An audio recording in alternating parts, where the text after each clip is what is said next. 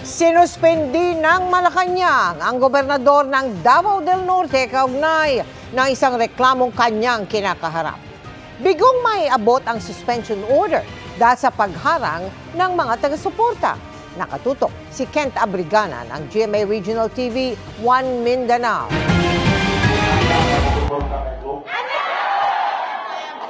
Sinubukang isilbi ng DILG ang preventive suspension order mula sa Malacanang laban kay Davao del Norte Governor Edwin Hubahib. Pero dahil bantay sarado ng mga taga-suporta ng gobernador ang Kapitolyo, bigo silang makapasok sa Kapitolyo. Kaya pinaskil na lang ang nasabing order sa bakod sa labas ng Kapitolyo. Sa labas ng Kapitolyo, nakapaskil ang mga karatula na sumusuporta sa gobernador. Nakasara at nakakandado naman ang entrance at exit points ng Kapitolyo. At nakahambalang ang mga malalaking truck sa mga sasakyan para hindi makapasok sa compound ng Kapitolyo. Ang preventive suspension laban kay Hubahib ay bunsod ng reklamong grave abuse of authority and oppression na inihain ni board member Orly Amit noong November 2022. Sa kautusan mula sa Office of the President, 60 araw ang preventive suspension ni Hubahib habang gumugulong ang investigasyon. Ito ay para maiwasan ang posibleng impluwensya nito sa mga witness, maprotektahan ang safety at integrity ng mga dokumento at iba pang mga ebidensya. Pero kinukwestiyon ni Hubahib ang kautusan. Hihiling daw siya ng temporary restraining order sa Korte Suprema. Wala ko nila gihatagan sa akong katungod nga ako ning maatubang ang maong issues o complaint. Busa, di ko mohawa sa akong posisyon o ako ning i-fight sa ato ang judiciary. I-fight na ko ang hustisya aning gipababa nga suspension order. Inappoint naman si Vice Governor Oyo Uy bilang officer in charge ng probinsya sa loob ng 60 days. Mula sa GMA Regional TV, 1 Mindanao at GMA Integrated News, Kent Abrigana, nakatutok, 24 oras. Nagkaroon po ng phreatic eruption sa Bulkang Taal kaninang umaga. Ayon po sa PHIVOLCS, nagbuga ang bulkan ng makapal na plumo usok na umabot sa mahigit 2,000 metro ang taas. Posible raw masundan pa yan pero mababa ang tsansa ng magmatic o mas malaking pagsabog. Kahapon, halos 10,000 tonelada naman ng sulfur dioxide ang ibunuga ng bulkan. Hindi itinaas ang babala sa bulkan at nananatili pa rin sa Alert Level 1. Pero muling babala ng PHIVOLCS, patuloy na maging alerto ang mga residente malapit sa bulkan. Ipinagbabawal pa rin ang pagpasok sa permanent danger zone. Inamin ni Senador Cheese Escudero na sa kanya nakarehistro ang sasakyang may plakang 7 na hinuli ng mga otoridad kahapon dahil sa pagdaan sa EDSA busway. Nakatutok si Oscar Oida.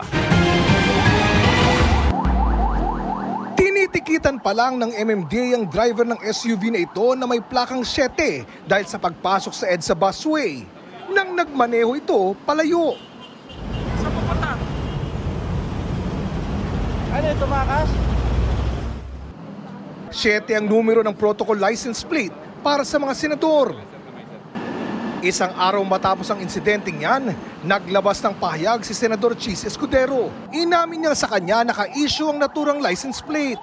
Anya, ang sasakyan ay minamaneho noon ng driver ng isang Anyay family member. Aminado rin siyang inabuso ang paggamit ng protocol plate dahil hindi ito pwedeng pumasok sa bus lane.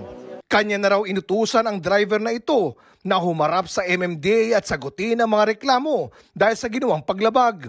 Sabi pa ni Escudero, hindi na raw niya personal na ginagamit ang mga protocol plate na inisyo sa kanya. Ang protocol plate na nasangkot sa insidente, kanya na raw ipasusoli sa LTO. Humingi siya ng paumanhin sa publiko at sa mga kasamahan sa Senado dahil dito.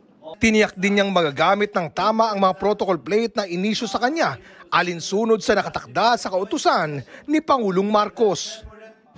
Ikinatuwa naman ng DOTR ang naging hakbang ng senador. Unang-una, we appreciate po yung paglabas at pagbigay ng statement ng ating butihing senador, and the situation will be processed fairly and kung ano po yung dapat na prosesong gagawin ng LTO and possible sanction, gagawin naman po natin yon. Pero hindi pa rin malinaw sa ngayon kung kanino ang sasakyang nasita rin kahapon na mayroon namang protocol plate number 8 para sa mga congressman. Lumabag din daw ito sa EDSA busway at tinakbuhan din ang mga enforcer. Yung sa number 8 na tumakbo, no? So ang LTO at the moment, chine-check nila through the conduction sticker kung sino talaga ang magmamayari nung sasakyan na yon. So it's being processed by our people and in LTO. Sa isang text message, sinabi ni House of Representatives Secretary General Reginald Velasco na hindi pa raw sila namamahagi ng mga bagong official protocol plates.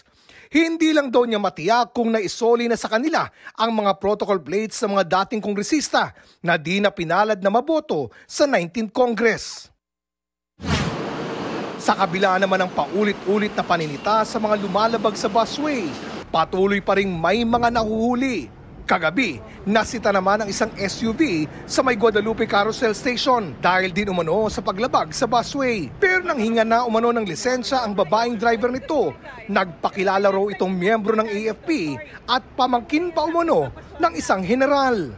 Yung driver's license nyo po, ma'am. Pamangkin ako ni Major General. So, wag mo akong aanihin. I'm military. I'm Filipino-American. I'm taking care of balikatan natin. Yes po. Tama na yan. Pero ma'am, bawal po tayo sa busway, ma'am. Yes po. At the moment, wala pa tayong tukoy, wala pa tayong impormasyon, but soon po, machi-check yan ng ating mga kasamahan sa LTO. Para sa GMA Integrated News, Oscar Oida, nakatutok, 24 oras. Mabilis na chikahan tayo para updated sa showbiz happenings. Hindi na mabibitin sa katawan dahil sa mas pinaagang TikTok clock. Simula nitong Lunes, 1 oras nang napapanood ang show tuwing alas 11 ng umaga. At di lang yan, nakasimulcast na rin ito sa GTV kaya asahan ang more gimmicks at double the energy. Nanumpa na ang bagong chairman and CEO ng Film Development Council of the Philippines o FDCP. Siya ang film director na si Jose Javier Reyes na head writer ng creative consultant din ng Mano Po series dito sa GMA. Ngayon pa nga lang, may mga inilalatag na raw na plano si Direk Joey para ma-improve ang industriya ng pelikulang Pilipino. Another pop na comeback pasabog para sa Once. May upcoming solo album kasi si Twice member Nayon, confirmed by her agency na JYP Entertainment. Wala pang exact date sa release pero ang sure na sure, babalik sa bansa ang Twice this June. At sad news naman para sa Bunnies, magpapahinga muna si Hayin ng New Jeans dahil yan sa foot injury na nakuha niya sa gitna ng practice ayon sa kanyang agency.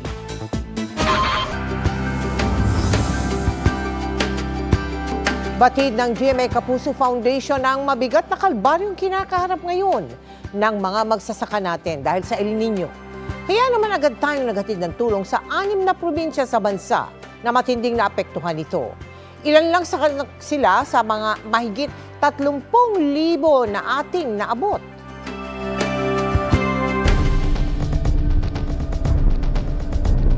Ang matinding init ng panahon, hindi lang kita sa mga natuyot na lupa,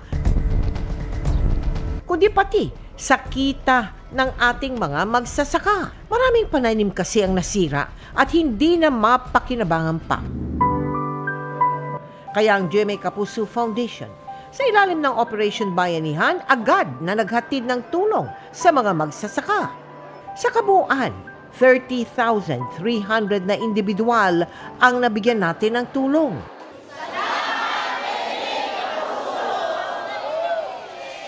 Ayon sa Pag-asa, ang matinding init posibleng maranasan hanggang buwan ng Mayo. Kaya paalala ng mga eksperto, magdoble ingat lalo na kung lalabas ng bahay para maiwasan ang heat stroke. Bago lumabas ka ng bahay, dapat nakainom ka na ng tubig. Dapat no less than 3 liters per day. May survival bag ka or kit, meron dong water, payong, or may sombrero ka. And then wear clothes na medyo magaan, light clothes. Hindi maganda, laging mga junk food or soda. Soda kasi nakaka-dehydrate yan eh. At para sa first aid, paalala ng mga eksperto, ihiga ang pasyente, panyusan natin kagad yung ice cold water dun sa ulo, sa kilikili, sa groin area. Tapos itataas natin ang paa. Be sure na yung pasyente ay dadali natin sa nearest hospital. Mga kapuso, health is wealth, kayamanan ang kalusugan.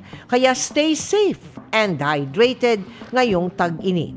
Sa mga nais makiisa sa aming mga proyekto, maaari po kayo magdeposito sa aming mga bank account o magpadala sa Cebuana Luwalier. Pwede ring online via GCash, Shopee at Lazada. Hiniling ng kampo ng isang menor de edad na biktima umano ni Pastor Kibuloy na ilipat ang kaso niya mula Davao City papunta sa Pasig para anya sa kanyang kaligtasan. Nasa proseso na rin ng Justice Department ng pagpasok sa kanya sa Witness Protection Program. At nakatutok si Salima Refran. Ang pagsasamantala niya. Every time na lalabas kami sa social media, mas lalong nakaharas kasi yung client ko.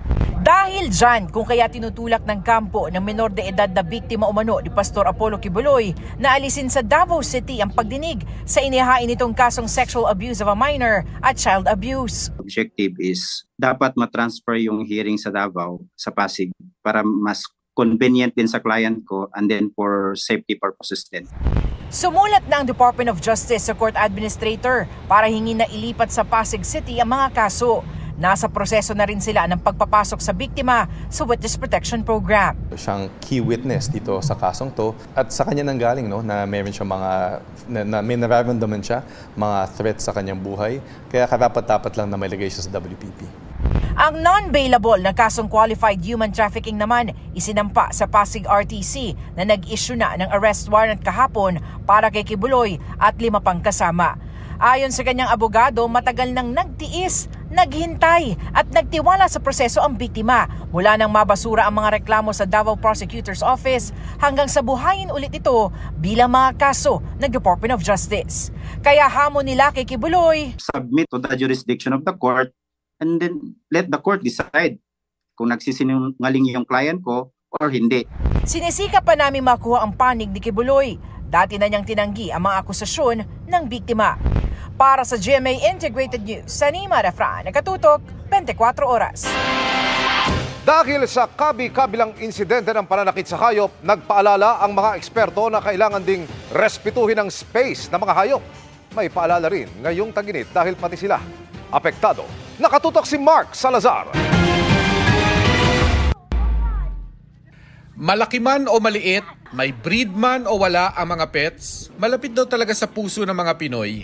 Certified pet lover daw ang mga Pilipino, sabi sa survey ng Social Weather Stations noong isang taon. 64% daw ng mga household sa bansa, mga pet owners, at sa bilang na yan, 78% ay dog owners. Sabi pa sa isang survey noong 2021, Pilipinas daw ang may pinakamaraming dog owners sa Asia, na nasa 67%. Whitey, sit. Good boy. Good boy. Ang nakakalungkot, sabi ng Philippine Animal Welfare Society o PAWS, nasa 12 million ang stray dogs at cats sa Pilipinas. Ayan ang masamang ugali, irresponsible pet ownership yan. Ang mga aso, nasa bahay lang. They're part of the family. Kung yung 3-year-old child mo, hindi mo pawawalan sa daan, para sabihin, babalik din naman yan eh. Kung di mo yun gagawin sa anak mo, huwag mo din gagawin sa aso mo. Kaya nakakapagtaka pa ba kung base sa datos ng Department of Health mula 2022 hanggang unang 6 na buwan ng 2023, pumalo sa mahigit 18,000 ang naitalang dog bite injuries sa buong bansa. Ang sabi ng World Health Organization, hindi naman daw nangangagat ng walang dahilan ang mga aso.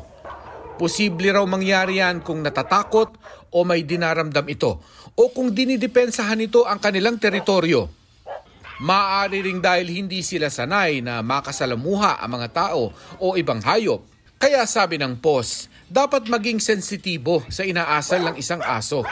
Yung tahol na, andito kami, walk na ba nyo kami, ganon. Meron namang tahol na announcing lang na merong tao, no? Merong tahol na, dyan ka lang, natatakot ako sa'yo.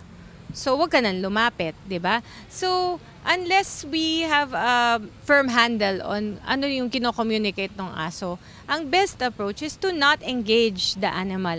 Pero hindi raw rason ang takot ng isang tao para manakit ng hayop. Pag meron tayong nakitang stray dog sa daan, at feeling mo nangaatake ng aso or medyo nangahabol na siya, di tumawag ka ng City Pound. Yun naman ang trabaho ng City Pound eh. Meron kasing live and let live, di ba?